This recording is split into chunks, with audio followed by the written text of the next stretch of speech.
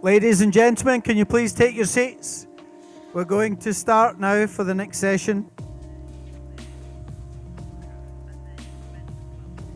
Yeah, take your seat. Don't wave at me. Take your seat.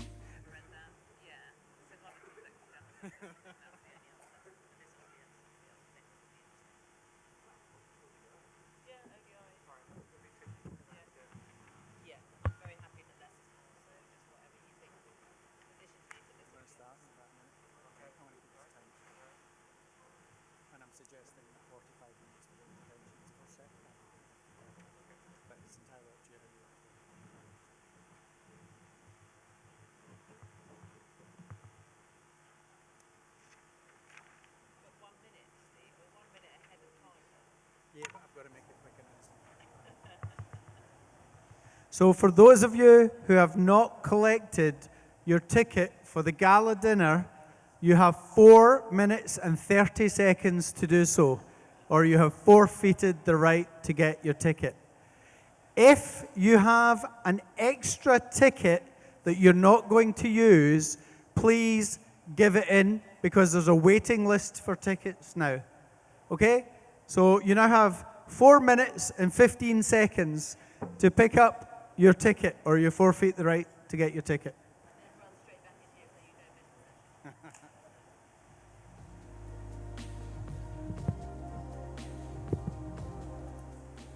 Okay, so we're now going to start session 4, which is action on sustainable development. The facilitator for this session is Sasha Alexander from the United Nations Convention to Combat Desertification, or much more simpler to say UNCCD. Sasha is a policy officer within the Secretariat of UNCCD, where he focuses on the role of sustainable land management and ecosystem restoration, helping countries to achieve the Sustainable Development Goals, SDGs, and specifically the target on land degradation neutrality. He is also on the steering committee for the GEO LDN initiative. Over to you, Sasha. Great. Thanks, Steve. Good afternoon to you all, and welcome to this GEO 2019 plenary session on action for sustainable development. I represent one of the 3 Rio conventions, along with biodiversity and climate change. We are the custodian agency for the land degradation indicator, and we are very grateful for the support of the GEO community because we could not have done what we have done without many of the people that are in this room or the organizations that they represent. At our last Conference of the Parties, which is the UNCCD's governing body, held in Delhi in September, they adopted a decision where they recognized the work of the GEO community. So it's something that they know very well about. So in addition to climate change and biodiversity, in 1992, the Rio Conference flagged the issue of desertification and land degradation as a global challenge to poverty, food and water security, human security, and resilience. And now, as Steve mentioned, we have the initiative on land degradation neutrality. But for this session, we are very fortunate to have with us Claire Melamed, the CEO of the Global Partnership for Sustainable Development Data, as well as Fang Chen, Professor, Institute of Remote Sensing and Digital Earth, Chinese Academy of Sciences. Now, the main objective of this session is to provide guidance on actions for GEO, the GEO community, to accelerate its efforts to support the implementation of the 2030 Agenda on Sustainable Development. As you will have noted, the GEO Secretariat has prepared a discussion paper to inform and stimulate this discussion. So in line with the theme of this year's GEO Ministerial, Earth Observations, Investments in the Digital Economy, we want to explore how to improve coordination among the national and regional GEO frameworks with national statistical offices and key line ministries to integrate Earth observations into effective monitoring, reporting, and most importantly, the implementation of the SDGs. So what are the best strategies for incorporating these EO-enabled indicator methodologies in the national setting or subnational setting? Are there any new methods or tools that we can use to enhance the use of EO for the SDGs? How can these be coupled with a coordinated capacity development to enhance their adoption and sustained use? Now, I would like to introduce our panelists, and I will introduce both of them, even though Dr. Chen will speak after, so that you have understanding of his background in case there are any questions. Claire is the CEO, as I mentioned, of the Global Partnership for Sustainable Development Data. This growing network brings together several hundred members, governments, private sector, and civil society, to harness and leverage data and data technology towards achieving the SDGs. She previously was the managing director of the Overseas Development Institute, and she worked in the office of the UN Secretary General, writing the report of the Independent Expert Advisory Group on the Data Revolution. The report is called A World That Counts. So we say that every life counts, but we still don't count every life. And we have Fang Chen is a professor at the Institute of Remote Sensing and Digital Earth, Chinese Academy of Sciences. Dr. Chen is the co-author of the CAS report on Big Earth Data in support of the SDGs, which was submitted just this September at the SDG Summit in New York. He is chief scientist of the Digital Belt and Road Platform, which provides cloud service in support of data sharing and SDGs policymaking. He has experience in big earth data for sustainable development, and his work spans the public, private, and nonprofit sectors. So we're very fortunate to have both of these speakers. But we also want to hear from you. So we have a good 45 minutes. I would ask you to keep your interventions brief so we can hear from as many people as possible. So just to explain how we'll organize this, as I said, we'll hear from Claire, then your interventions. And in particular, I would ask you to respond to the questions in the discussion paper. And we do have a slide already to help you focus on that. So addressing the challenges and more importantly, the opportunities, how we can take advantage of them. So please be prepared with your remarks. Slido.com, hashtag GEO Plenary. If not, please use your nameplates for interventions. And please, if you're in the back there, the POs, wave them a little bit so you get our attention up here. So now I would like to give the floor to Claire, who's going to give us a nice presentation. Thanks.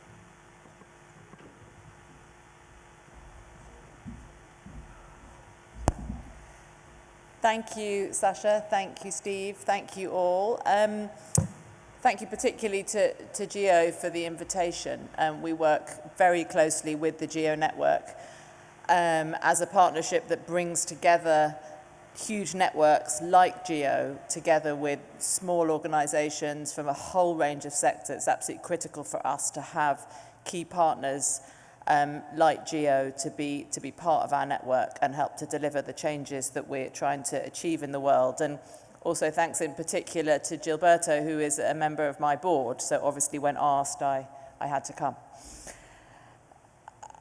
The time difference between here and my home country of the UK meant that when I woke up this morning, I was sort of confronted with an entire day's worth of news from the UK press. And there had been obviously the ongoing drama of the election campaign and Brexit, a new report on the terrible state of our planet, and various other bits of sort of dismal and frightening news about the world.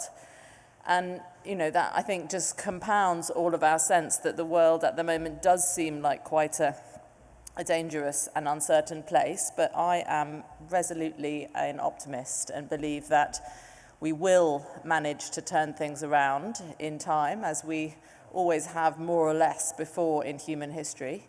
You're shaking your head, but we can discuss that later. I think the critical thing about the Sustainable Development Goals is that they are, I think, unique in being a kind of politically negotiated utopia. They paint a picture of the world as it could be, as we would like it to be. We've seen lots of those pictures painted before, but the unique thing about the Sustainable Development Goals is that they are a vision, a utopia that was negotiated and agreed between 193 members of the United Nations. And it's kind of easy to be cynical about goals and, countries sign up to these things. But it is, I think, also worth just sort of painting a picture for all of us in our own minds of a world in which we had achieved the goals.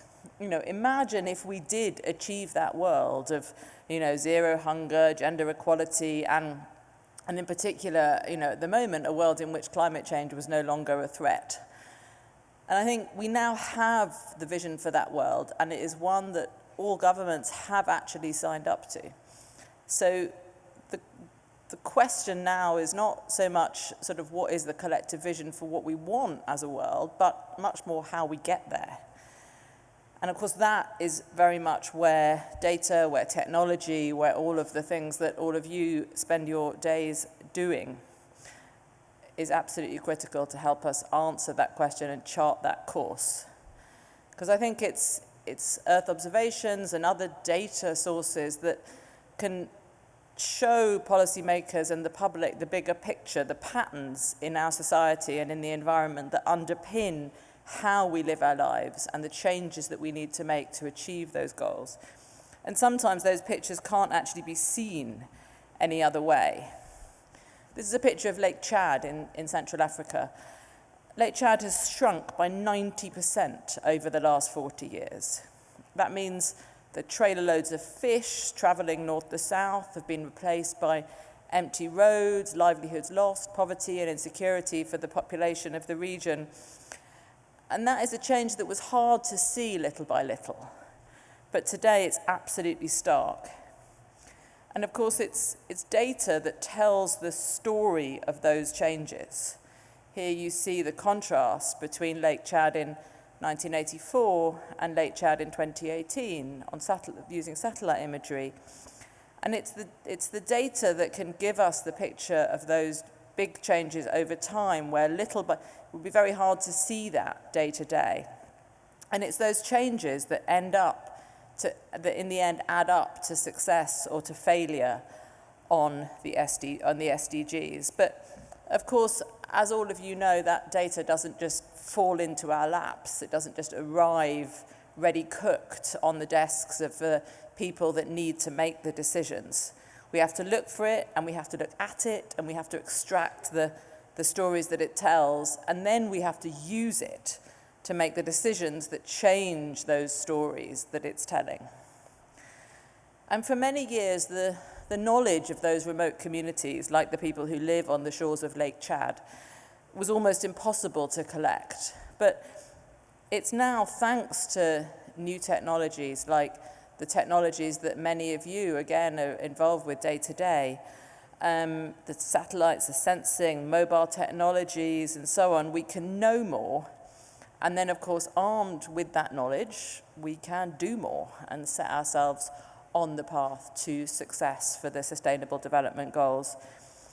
But too often, and I'm sort of constantly surprised and frustrated by this, those who need to make the decisions, those governments in particular who we rely on to make the right choices for people and the planet, are actually not taking advantage of all of the new technologies that exist. Now, I know I'm speaking to a room of many government representatives, and you are all I'm speaking very much here to the converted. You are all already absolutely at the forefront of using these technologies, but I'm sure you are all too aware that many of your colleagues are not.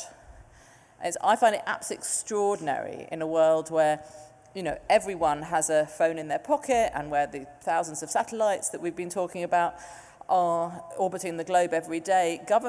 Many governments, when they report on the Sustainable Development Goals or when they make decisions on the goals, are using data that was collected before the SDGs were even agreed. We're kind of navigating these complex decisions, these road to the SDGs, with maps that were drawn years ago. I mean, for example, if you look at the poverty data that's reported to track progress on SDG 1, on income poverty, for 2/3 of the population of the continent of Africa, the data that you're looking at is actually from surveys that were done before the Sustainable Development Goals were even agreed. And global figures on deforestation, of course, one of the critical issues that the public is most concerned about, lag very far behind the reality. And this really matters, you know, for the day-to-day decisions that governments are making to try to drive progress on these goals. It really matters. You know, it means that vaccines go out of date in one part of the country, while elsewhere children are dying from preventable diseases because the government doesn't have up-to-date data on where children are being born. Or it means that farmers are planting crops on the basis of knowledge from a world that predates the climate crisis. And it means, what it means sort of summed up, is that we're not using humanity's most precious resource, our knowledge and technology, the things that we can do with our brains, in the best way to solve humanity's greatest crises. Now, this problem is completely fixable. And working with GEO and many other partners and some of the countries that I think are represented here in the room, we've decided to do just that. So in September of this year at the UN General Assembly, the UN Deputy Secretary General, Meena Mohammed, pictured here, launched the Data for Now initiative. This is a joint enterprise between the Global Partnership, the World Bank, the UN Statistics Division, and the Sustainable Development Solutions Network, represented at the back by my friend Bob. And we're working with partner governments, with UN agencies, many of you again in the room, academics and data providers. And we're not trying to invent new things here, but what we're trying to do is to take the best of what's already been done, work that many of you have been involved with over many years, and scale that up and increase in particularly the capacity of governments to use timely data, to put the technologies and the knowledge and the resources that we have in the hands of those people who really need it to make the changes that will allow us together as a world to make progress on the Sustainable Development Goals. In Senegal, I don't know if there's anybody from Senegal in the room. We're already working with government, with NASA and with other partners to use Earth observations data to track some of the changes in land use and understand how the country can both feed its population and maintain a healthy environment. And soon Senegal will be joined by other countries from every region of the world who are working on tracking other key issues like poverty, education, migration, deforestation, and using Earth observations data to understand the world as it is today, and of course make concrete and specific actionable plans for the world that we want tomorrow. And the aim here is for timely data, data from satellites, data from phones, to become the norm, so that governments and companies and advocates and campaigners and everybody in this room who cares about the Sustainable Development Goals are working with the world as it is, not as it was maybe 5 or 10 years ago. And of course, the GEO community is an absolutely key part of this initiative. Earth observations data is already widely used by governments to provide the kind of comprehensive and timely insights that just absolutely weren't possible a few years ago. And through partnerships like Digital Earth Africa, which has already been mentioned a few times this week, a platform that will provide analysis-ready data for every country on the continent. The possibilities are being spread to some of the countries in the world where data is most needed and most scared. And we're certainly proud as part of the Global Partnership to be a small part of the coalition that is helping to develop Digital Earth Africa under the leadership of Geoscience Australia, of course GEO, the UNECA, and many others. And we've already actually been working on a version of Digital Earth Africa, the Africa Regional Data Cube, which provides satellite data for 5 countries, with many of you in this room, and seeing how it can be used to drive practical changes. And just as one example, many of you will remember from the news the devastating mudslides that in Sierra Leone that killed about 1,000 people in 2017. But now the Environment Protection Agency of Sierra Leone is using data from the Africa Regional Data Cube to map changes in the mangrove forests which protect the coastline, and to understand how and where to renew the trees that could protect the population of the city from the devastation of future mudslides. And here are some images from the data cube. And thousands of lives will be saved in Sierra Leone thanks to the use of Earth observations data. And of course, many thousands more across the continent once Digital Earth Africa is operational and countries are using the data. And the success of initiatives like Digital Earth Africa and like Data for Now, and effectively the use of Earth observations data to drive change and to achieve the Sustainable Development Goals is all about partnerships. We're talking about a very complex chain of events, from the production of the sort of raw material from satellites through to processing, analysis, the production of specific insights in response to a particular policy question, and ultimately the use of that data by somebody with the authority to make a decision that will lead to change. And no one organization has the answer or can by themselves affect that very complex chain of events that leads from the data to the change and ultimately to achieving the goals. In the end, that's why partnership is so critical, and why we all have to be working together on this to make the best of the resources that we have to achieve the change that we want. And since our creation in 2015, sort of born out of the same process and at the same time as the Sustainable Development Goals, the GPSTD has brokered, I was counting the other day for our most recent board meeting, has brokered over 50 partnerships to improve the production and the use of data, which is more than one a month in the lifetime of the organization. So it's about making connections between the data, the problems it can solve, and the people and institutions with the resources to solve these problems, which is what ultimately turns data from any source, from satellites or anywhere else, into better lives. So just to close, I mean, in this room, all of you who are the experts on Earth observations data, on the technologies, you're the custodians of the most valuable resource that we have as a species, the knowledge that gives us the power to change our lives. So let's all put it to work to confront the challenges that we face. Thank you very much.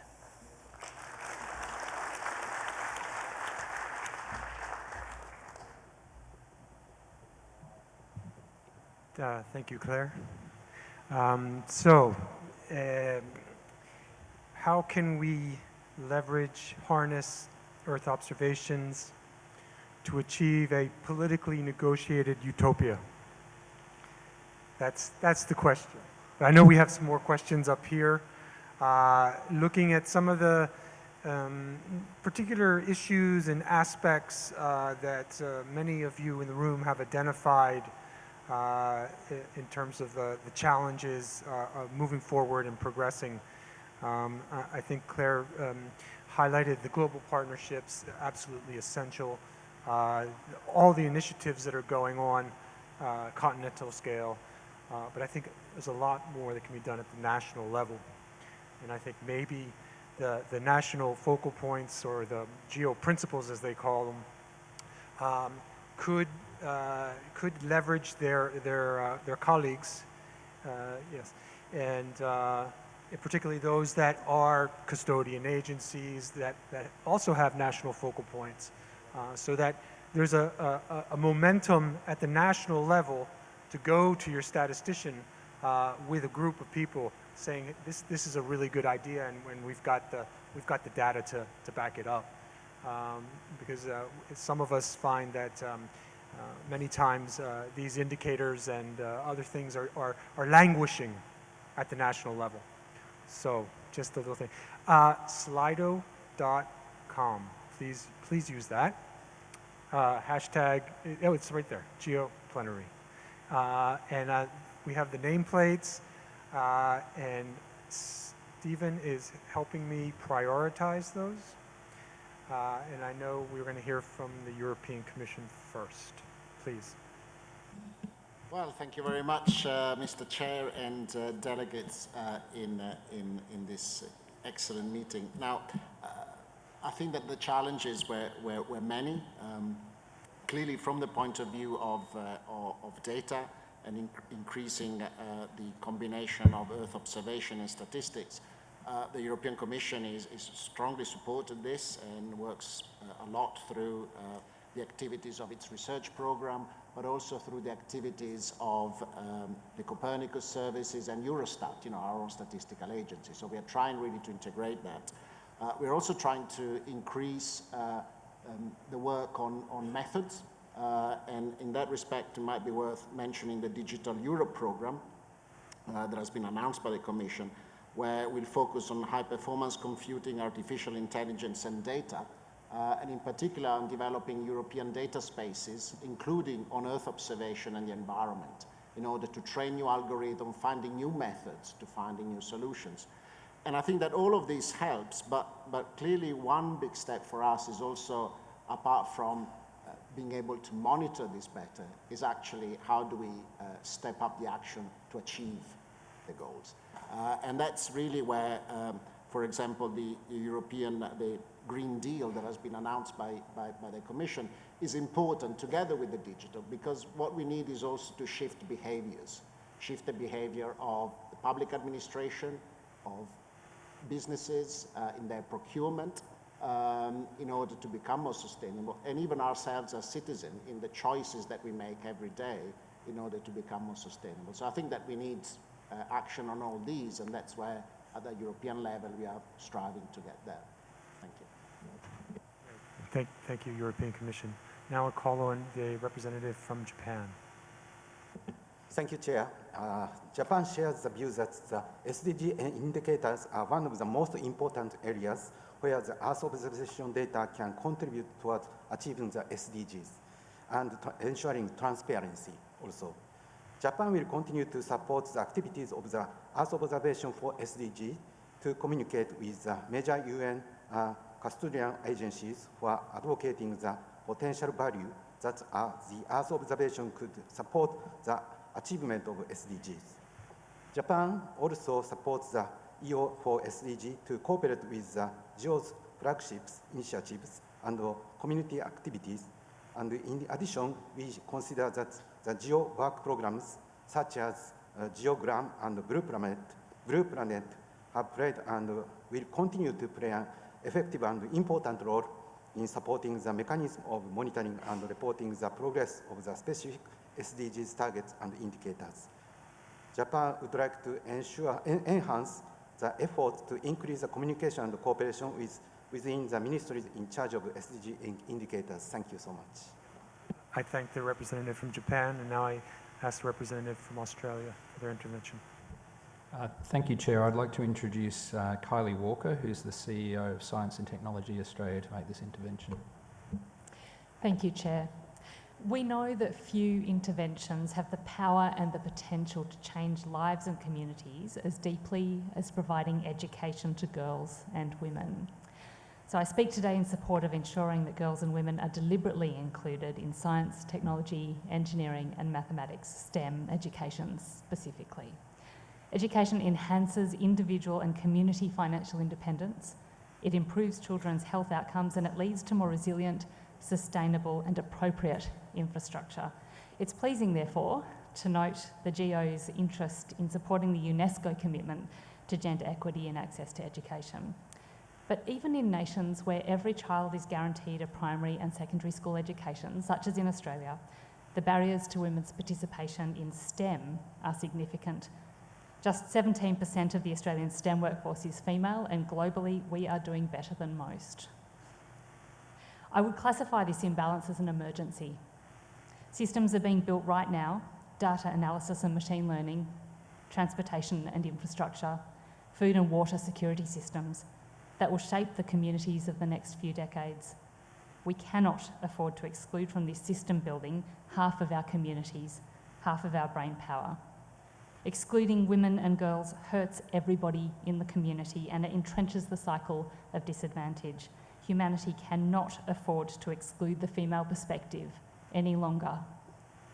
GEO's programs and initiatives have the potential to make a deep and lasting improvement for at-risk communities around the world through drought information, through capacity building, wildfire monitoring, warning systems, and water sustainability, just to name a few.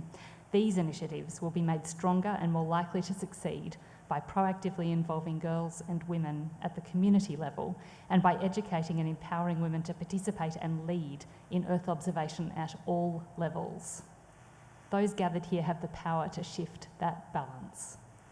By emulating proven approaches to systemic change like the Athena Swan program, by introducing proven approaches to changing cultural norms and expectations like the Superstars of STEM program, by appointing and resourcing high-profile individuals to advocate locally, nationally and internationally, like Australia's Ambassador for Women in STEM, by genuinely committing to educating, including, supporting, mentoring and celebrating girls and women in STEM, GEO and its member states can secure a strong, inclusive and effective future for Earth observation, science and technology. Thank you, Chair. I thank Australia for her powerful statement, and now I'll give the floor to the representative of the Netherlands. Thank you, Mr. Chair.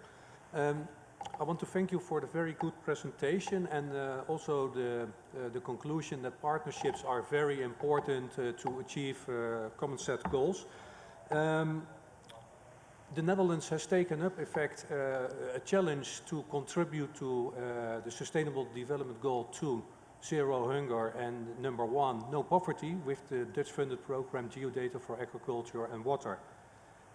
What is important to realize is that a lot of information that is gathered by Earth observation is contained in maps and other information, and it is, let's say, all the governments may be well-informed and research institutes, but how do we in fact inform smallholder farmers in developing countries? And that was a big challenge that we have taken 5 years ago.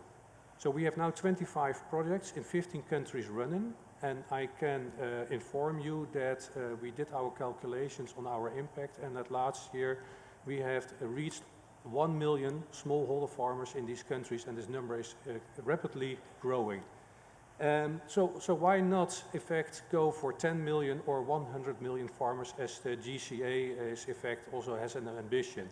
So in order to do that, we need, in fact, all forces to join. And I'm also very happy that during the discussions they had here in this conference, we had already a kind of agreements to cooperate with GeoGlam and Severe on next activities, but we would also like, and then I think that is an important conclusion from our program, well, we really need private industry, actors from the agri-value chain and finance institutes to step in. I think if we join our forces, we really can achieve our ambition. Thank you. I thank the representative of the Netherlands. I'm just going to take a question from Slido and have one of our speakers respond. Both GEO and GPSDD bring together government, civil society, and industry stakeholders.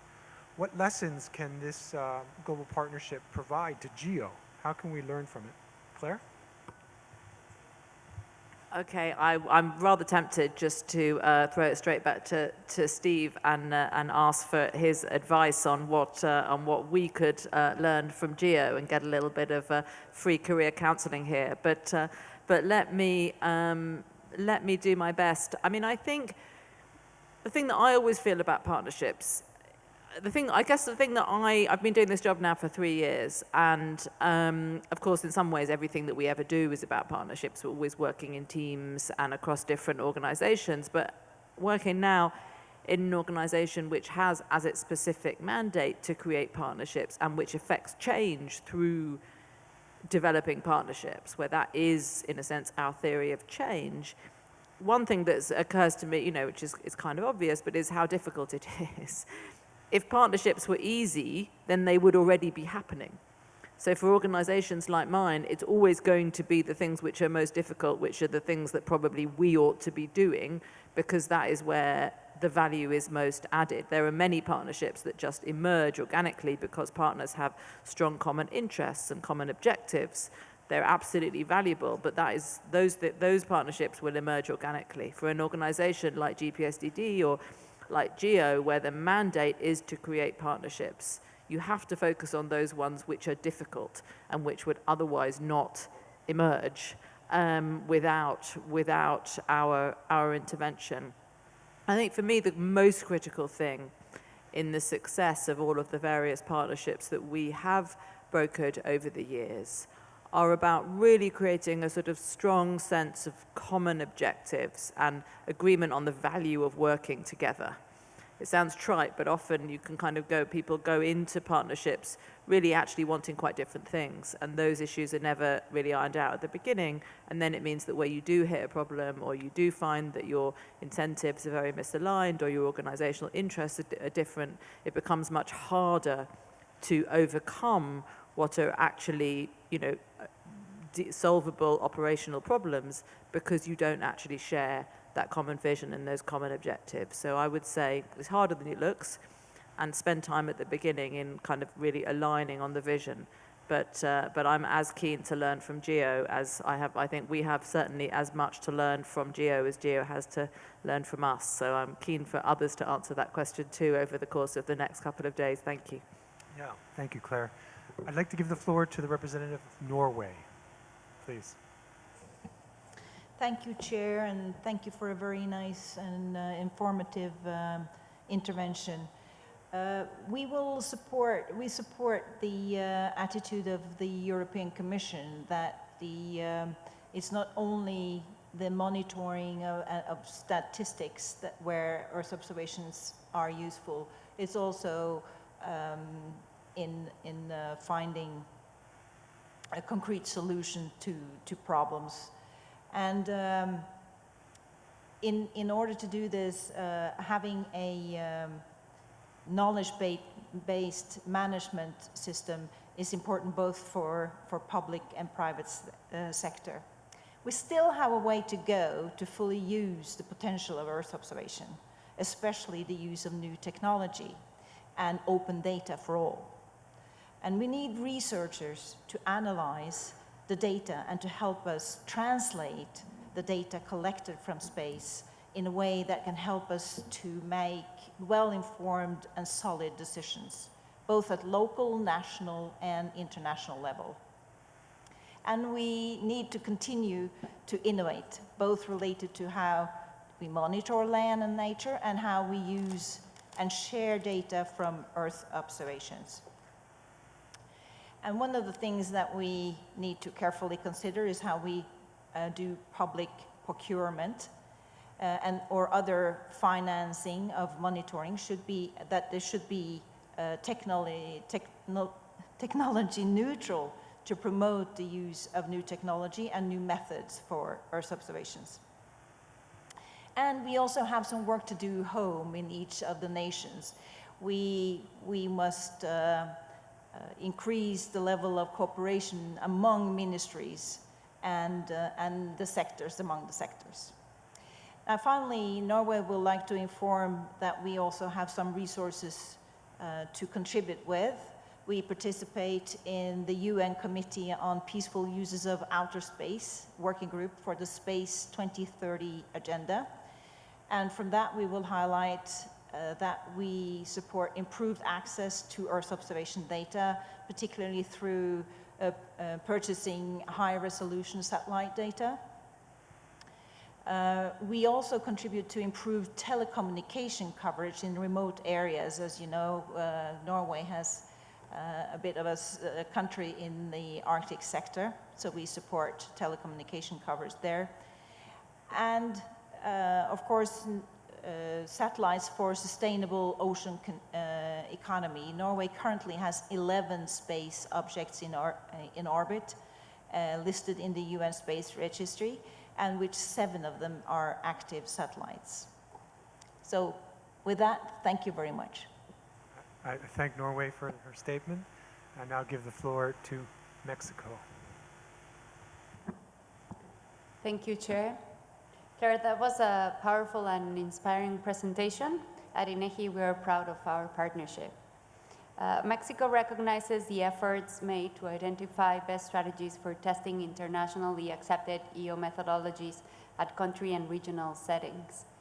As already mentioned by Sasha, we also acknowledge that there is still an existing gap between the statistical community and the Earth observation community.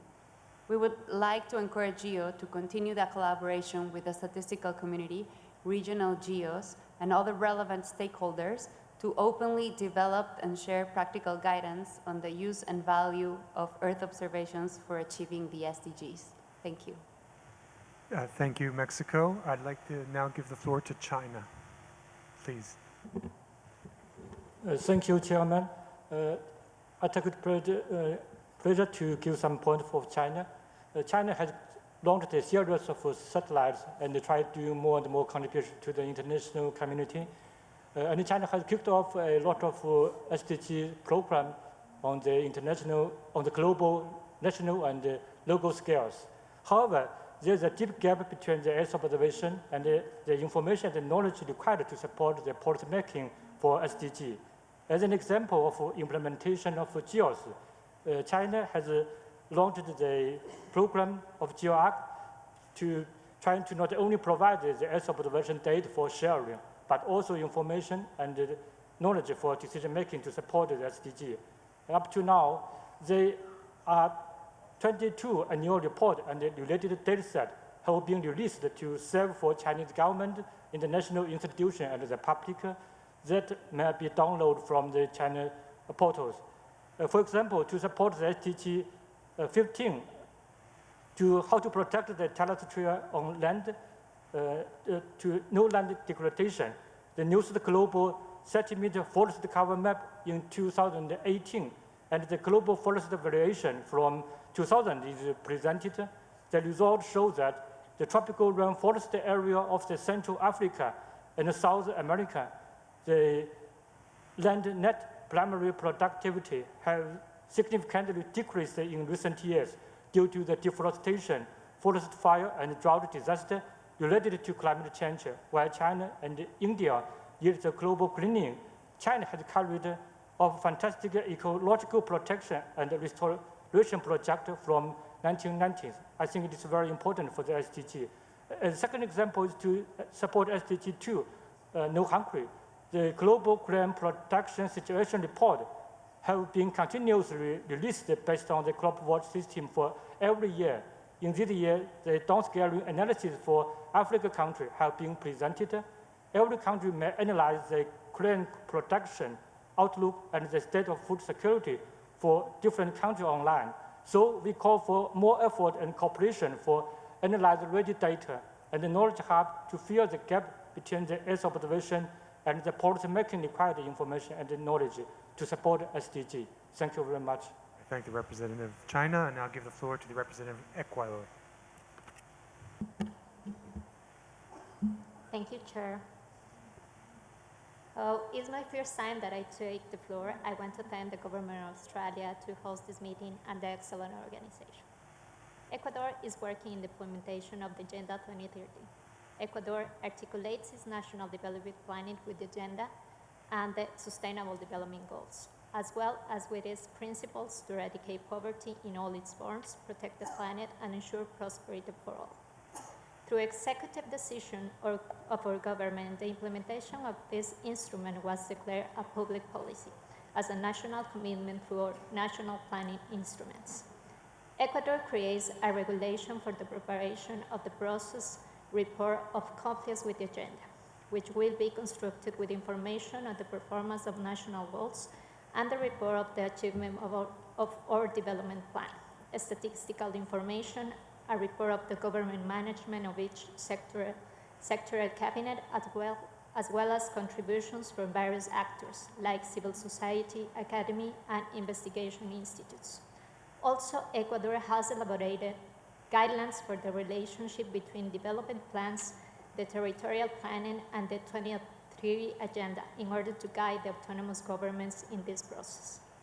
We also have a statistical development plan for the reporting of SDG indicators, which identifies and systematizes sources of information of various authors, guarantees the closure of information gaps for the comprehensive monitoring of the Sustainable Development Goals and the strengths capacities of our national statistics system.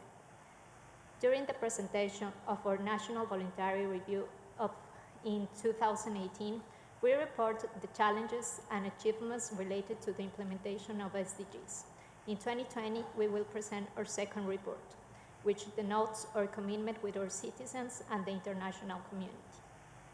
Ecuador considers very important to enhance the coordination between national and regional statistical offices, and GEO is a key actor in the monitoring and reporting of the SDGs. It is necessary to continue with actions to help our countries in the long term and to advance in the statistics and policy enhancement to accomplish the Sustainable Development Goals and to articulate it in local policies. We need to continue to plan the future and define strategies at different scales. The vision for the remaining period of 10 years until 2013 is based on the identification of national advances and challenges so that no one is left behind. From that exercise, critical actions will be defined in the short and long term to ensure that all objectives and goals are met in 2030. Thank you. Thank Ecuador. And now I give the floor to Costa Rica.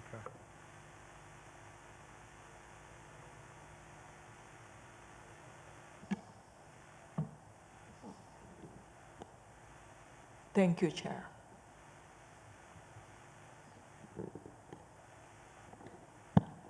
Costa Rica is supporting the SDGs and supporting the 2030 agenda and the definition of the 17 goals.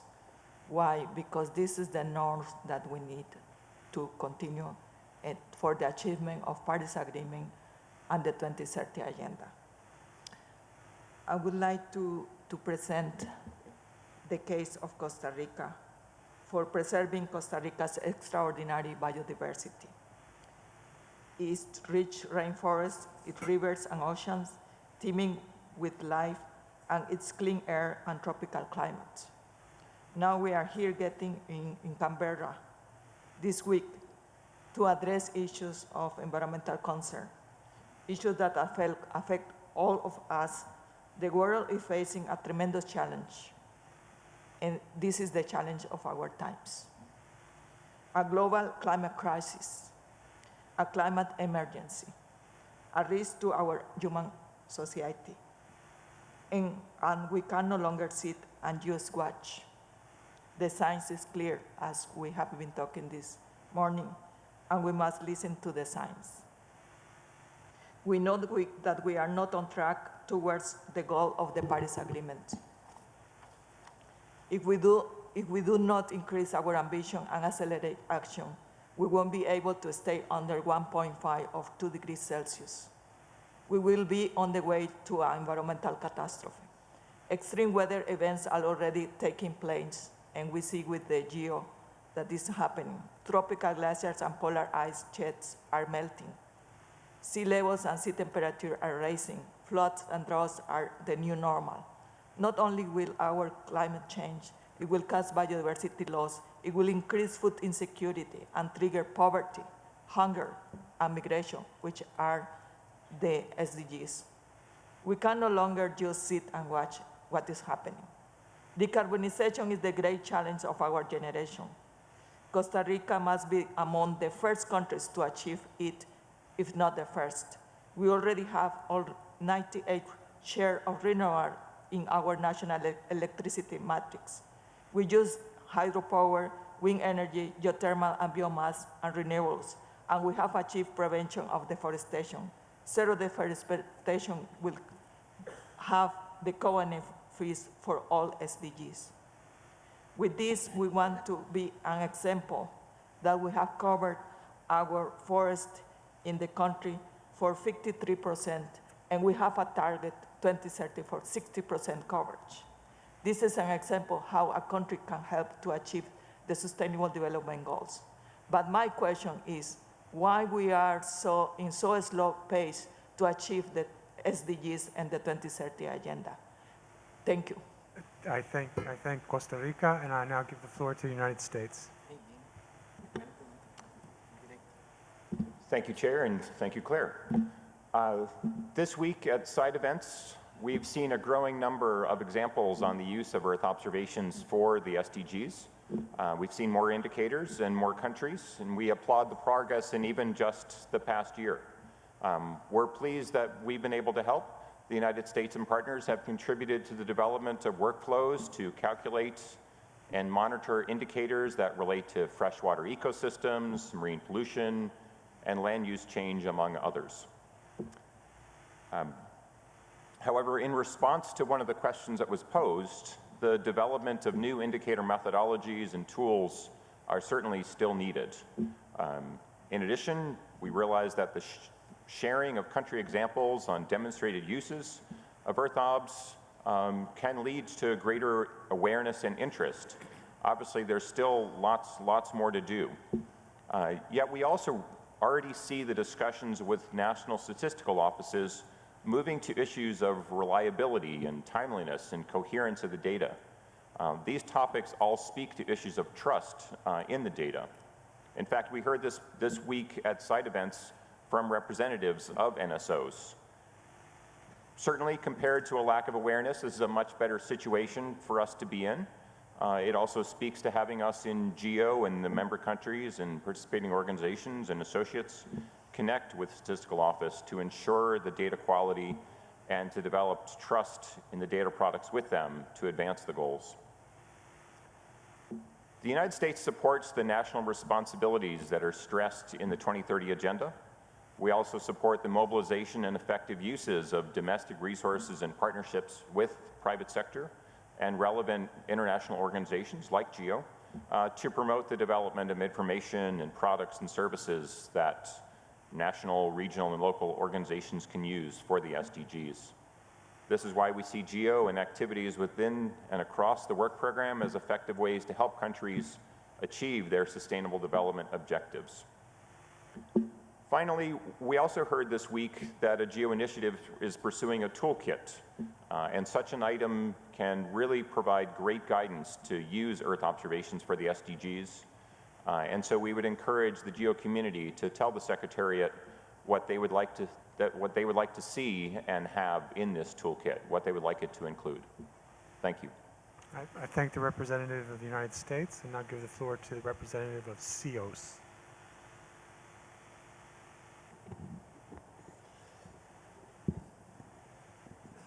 Good afternoon. I will be talking not the CEOs because I am representing India. So this time I will be talking based on the Indian side. Thank you for the opportunity given to us. We are supporting most of the SDG initiative taken by GEO as well as the CEOs.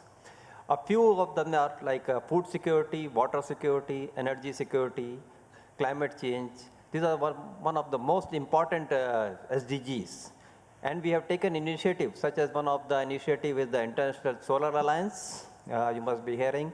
So a lot of initiative we have taken with the other countries. And India is also an institutional mechanism to involve many state as well as central agencies as well as academia to address these space applications similar to the GEO's societal benefit areas.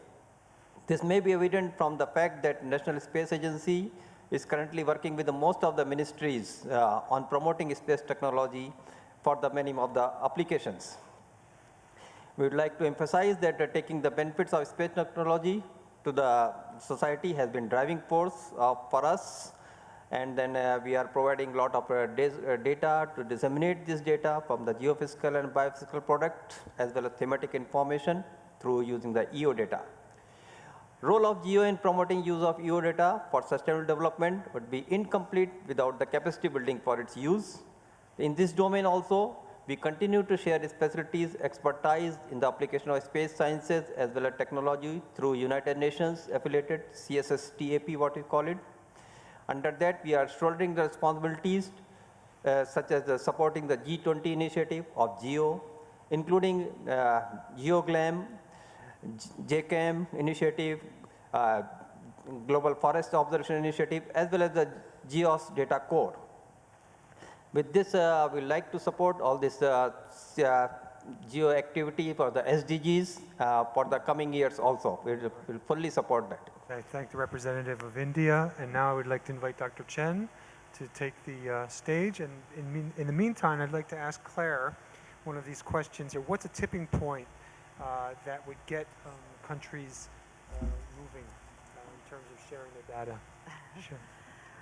I think there are a number of tipping points that I've seen that have got governments to share their data. I mean, often one of the things that we work on actually is getting governments to share data among themselves. So getting one ministry to share data with another, for example. And that is often just because somebody tells them to, because somebody, in a senior level in politics says that this is how it's going to be. So sometimes I think a little bit of leadership can certainly help on that front. Also, sometimes campaigning. There's a huge civil society movement on open data, and that helps. And then I think the third thing is sometimes kind of commercial and other incentives that can change the economics and the market and make people feel like it's better to do that than not. There you go. There's 3 tipping points. Okay, Dr. Chen, please. Okay, thanks. Well, first I would like to thanks for the GEO give us this very, very precious opportunity to share our experience to use the Earth observation and big Earth data for the SDGs. Because SDG is a very, very important issue, global issue. And to achieve SDG, it covers several issues, including the social issues, economic issues, environmental issues. So for the whole globally, to achieve SDGs, there are several challenges. And based on our experience for the supporting SDGs, we noticed there are 3 main challenges block our ability to achieve that. The first I would like to see is we are lacking of the methodologies to evaluate the progress of SDG. Although currently many stakeholders, we develop several just like the methodologies to evaluate the indicators' progress, but the thing is, there are still a very, very huge methodology gap for that. I think the second challenge, thanks for Claire to mention much more the data issues. This is the second just like point I would like to emphasize. Yes, several countries and cover the stakeholders, they are contributed to collecting to collect the SDG related data. But the thing is, to have the high quality SDG related data is not the easy task, either for the developing country or developed country. So the data, I think, is a very, very huge, just like the issues for the progress evaluation for the SDG. And the third challenge, and I would like to mention, is we already put many efforts from different stakeholders. There are several, just like the platforms, also the partnerships is to be established. But the thing is, the data, also the methodologies is holding by different owners. We lack of the formal policies and standards to share those data and methodologies.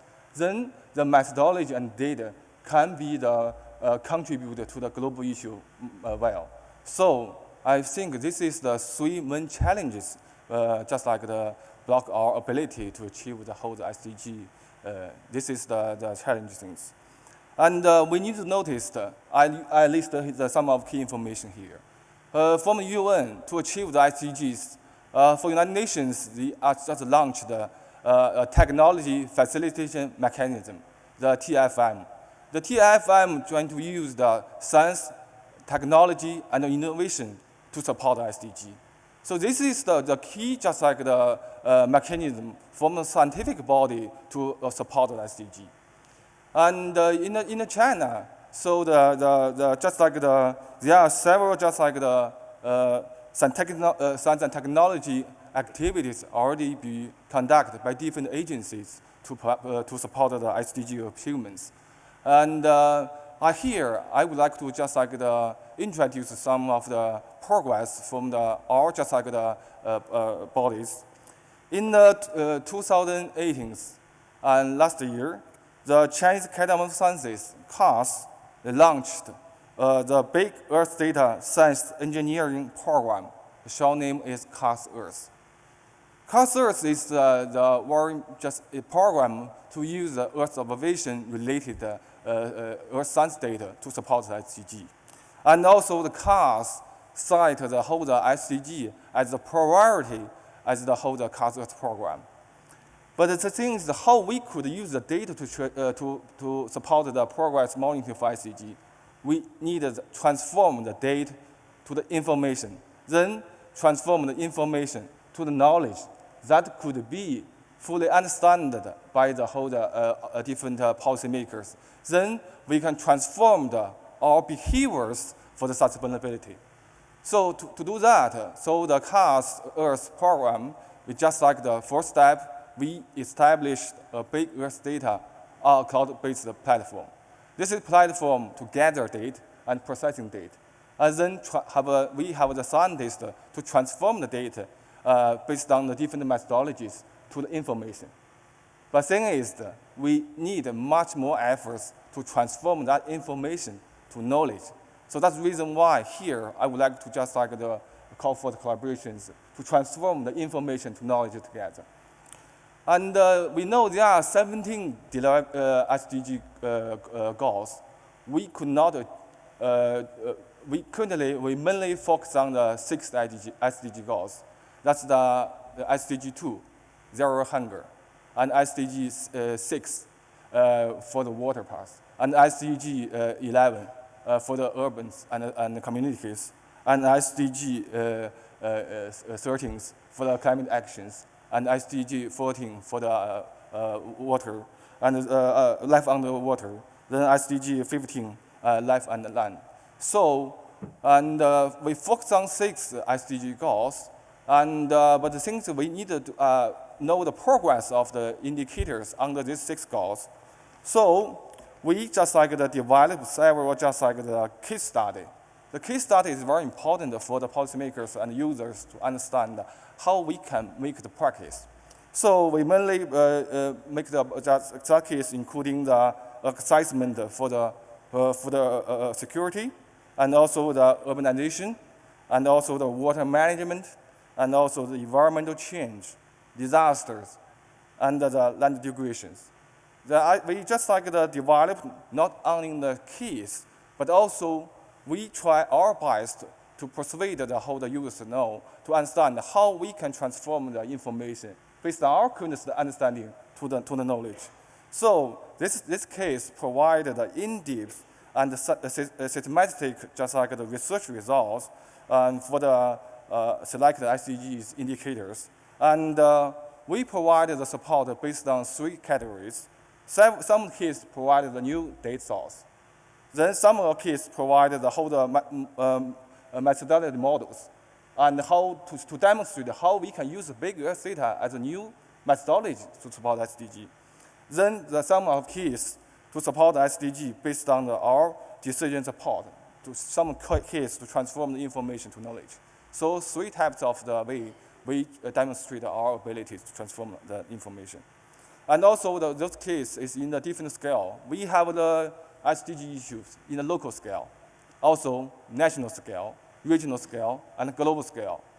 We must say different scale have the different just demonstration methodologies.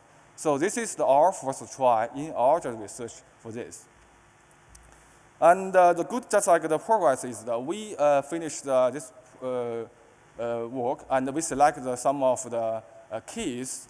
And this case is I want to show you here. In this, just like the September, in the Sustainable Development Goals Summit in New York, and our report, just like I bring some of in my hand, and also this is the slide I can show you.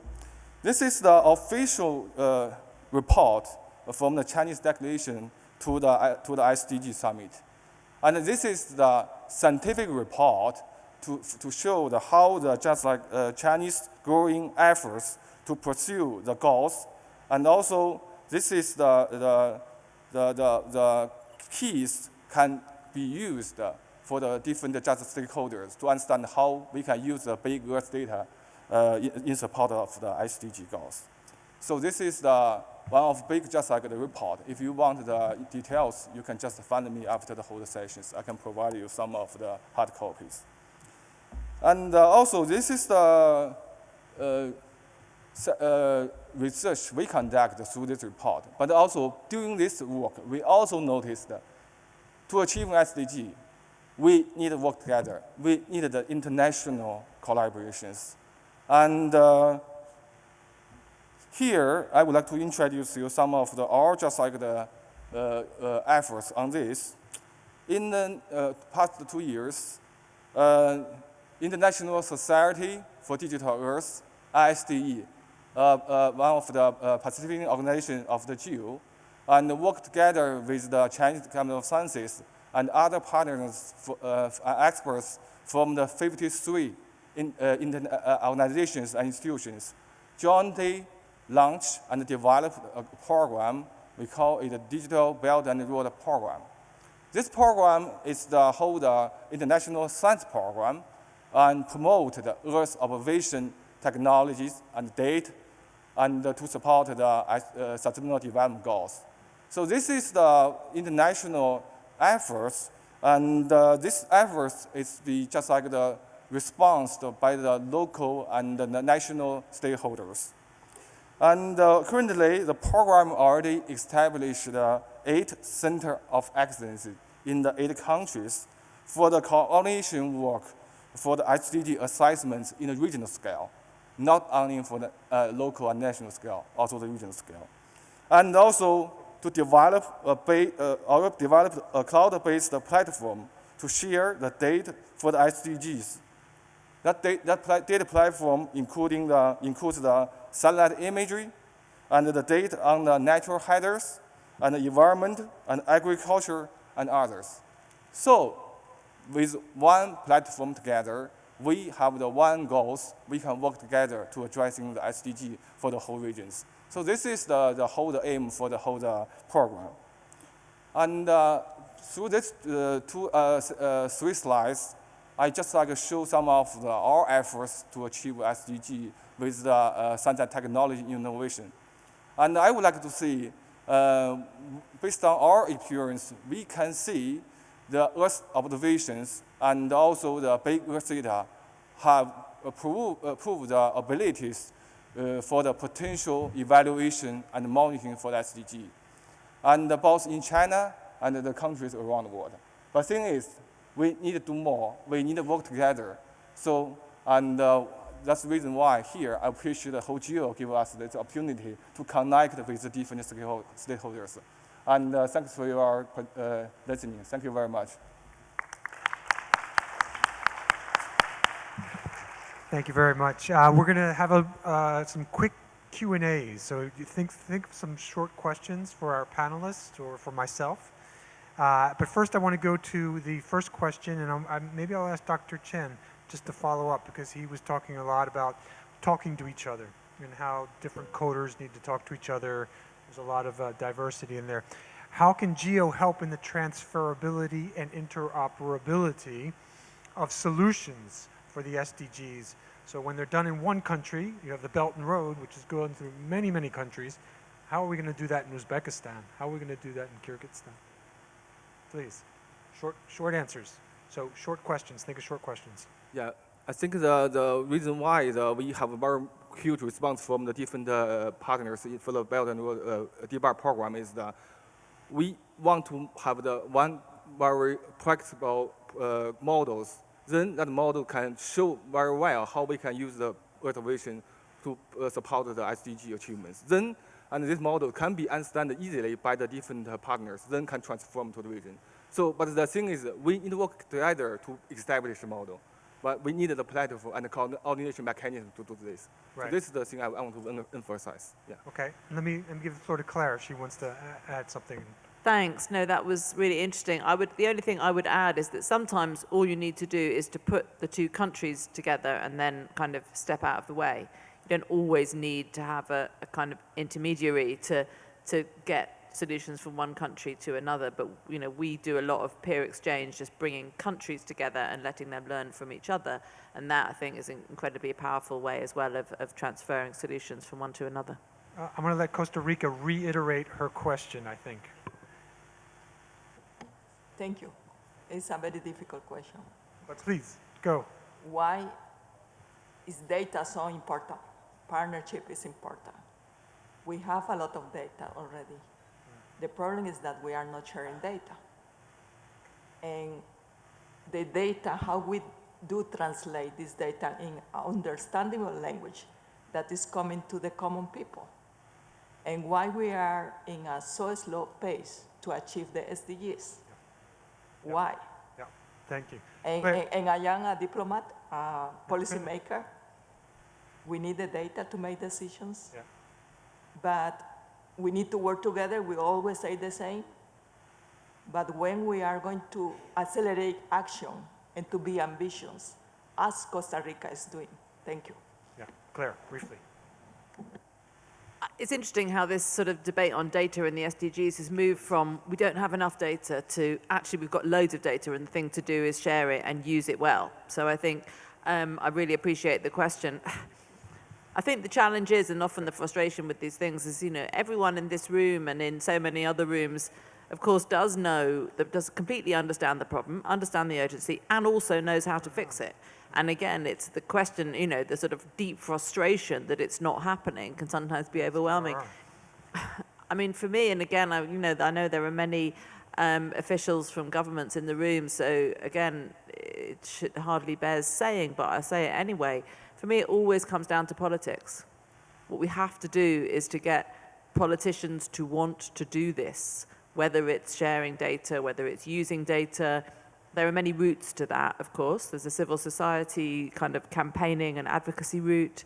There is the route of markets and, you know, the sort of changing incentives and commercial incentives. There's a whole combination of, there's a route of governments putting pressure on each other in forums like this and other big UN forums. We need all of those tools and probably more to persuade governments to do the right thing. But in the end, for me, it always comes down to politics. Okay. Thank you, Claire. Yes. Any other questions on how we achieve a politically negotiated utopia in the most rapid way possible? Any final statements that any of the colleagues would like to make on the SDGs, on the indicators? You realize that it doesn't have to be an SDG indicator for you to act. There's a lot of relevant indicators out there where EO is super relevant, and those need to be pursued. And sometimes those are only within a few contexts, a few countries where they're relevant, but they can be very important and very helpful to inform policymakers. So I don't see anything else from the floor. So let me give it to the co-chair, GEO co-chair, please. The indicator is very important, but the people's feeling is more important than the data itself. Because SDG is the common standard for all the people. Some people in the city have a better standard to live. Some people in the countryside, especially in the remote areas. So with the same standard, sometimes the people in the remote areas, you think our life is not so high standard, but you use the standard in the city for us. That's why location is important.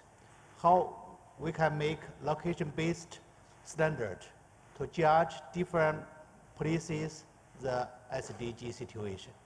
I don't know, what do you think about this type concept? So the subnational, local context is very important when you're looking at these indicators. Yeah, I think that I would like to emphasize I mentioned the three challenges things. First one, we need to use our current data better because we already hold several data sets. This is the very important thing. The second thing is the SDG is not only for the scientists, it's also for everyone. So we have the methodologies to transform the information to knowledge. That's the reason why policymakers and public users, they cannot understand the knowledge well. But we need the data to transform them. Second, I would like to say, I admire the co-chairs mentioned. In our reports, we have the 4 scales, global, regional, and national, and local scales. We noticed different scales, they should have different standards for indicators.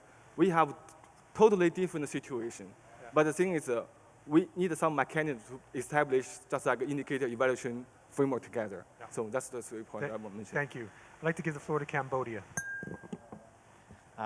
Thank you, chairs, for giving us the opportunity.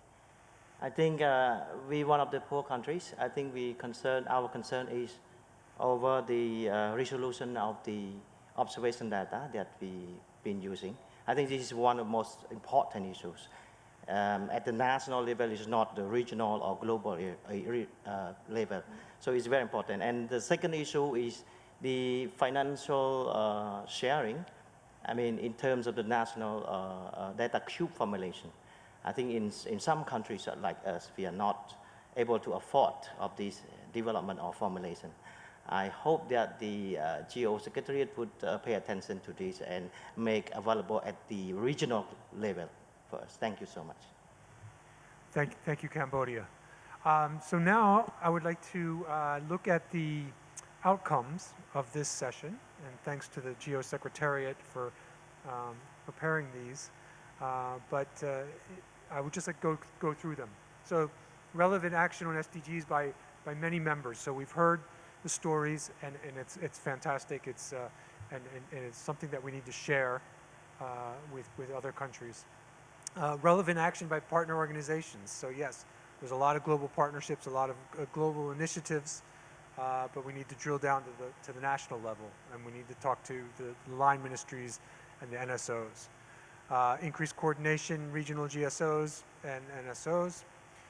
Focus on establishing criteria for ensuring practical guidance for EO-derived information for the statistical community.